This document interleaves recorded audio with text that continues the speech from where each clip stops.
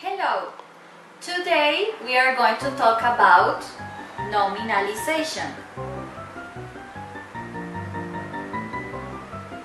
This is a video produced by José Polanco and Paola Cruz, Universidad de los Andes IPD3. Nominalization is a type of word in which a verb or an adjective is used or transformed into a noun.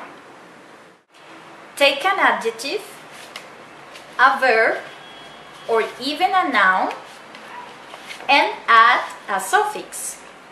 Beautiful, beauty. Amplify, amplification. Crony, cronyism. You have obtained new nouns. This is nominalization. Sounds impressive, right? More examples.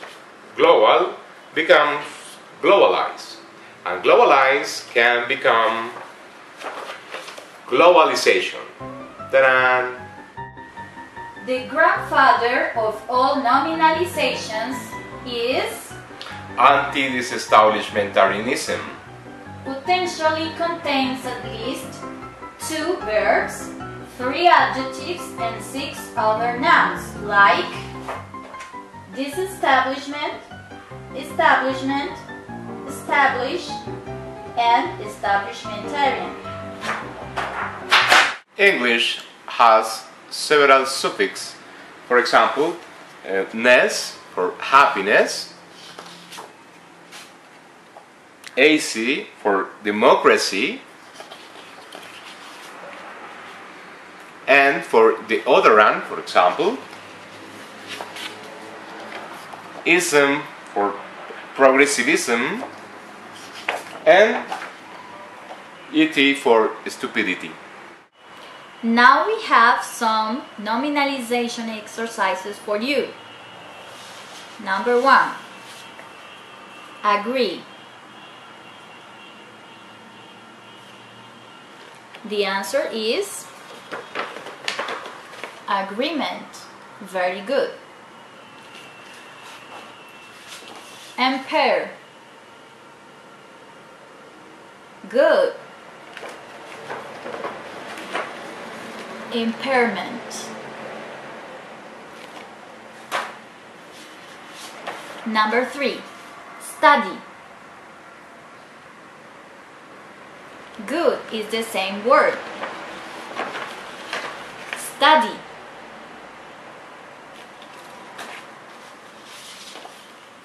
Discover. Excellent. Discovery. Next one. Allow.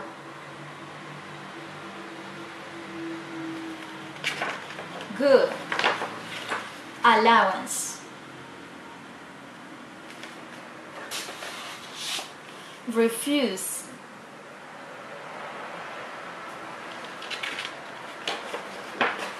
Refusal. Very good.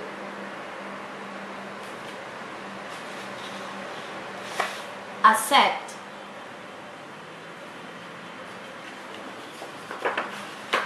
Acceptance. Now we have some phrases. The data prove the thesis. How we can nominalize this sentence?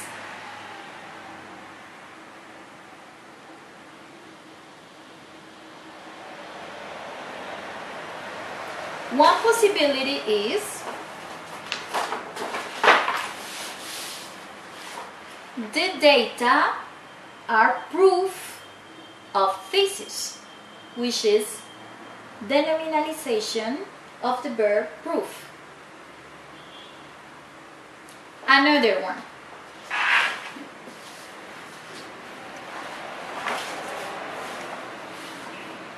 Mina improved in maths. Her mother is happy. how you can nominalize the verb improve in the whole sentence.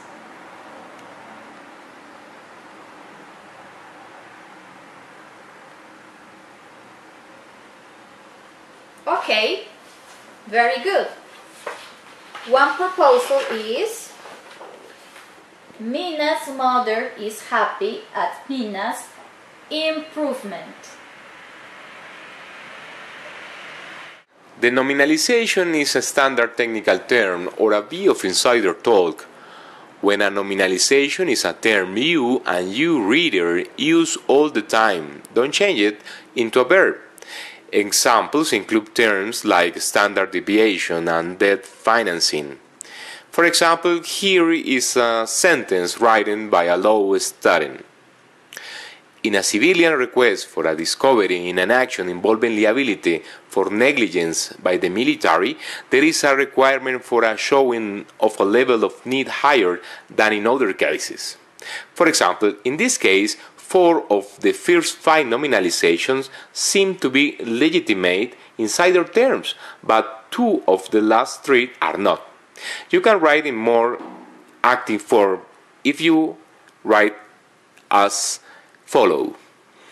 When a civilian requests discovery in an action involving liability for negligence by the military, courts require a plaintiff to show a higher level of need than in other cases. Academics love nominalization. So do journalists, lawyers, bureaucrats, and business writers because they hide active verbs. Example: the proliferation of nominalizations in a discursive formation may be an indication of tendency toward pomposity and abstraction. This sentence contains no fewer than 7 nominalizations, each formed from a verb or an adjective, yet it fails to tell us who is doing what. When we eliminate or reanimate most of the nouns, tendency becomes then, abstraction becomes abstract, and add a human subject in some active verbs, this sentence becomes active. Writers who overload their sentences with nominalizations tend to sound pompous and abstract. Here's an example of how employing too many nominalizations can kill a perfectly good sentence. Decisions in regard to administration of medication despite inability of irrational patients appearing in trauma centers to provide legal consent rest with physicians alone.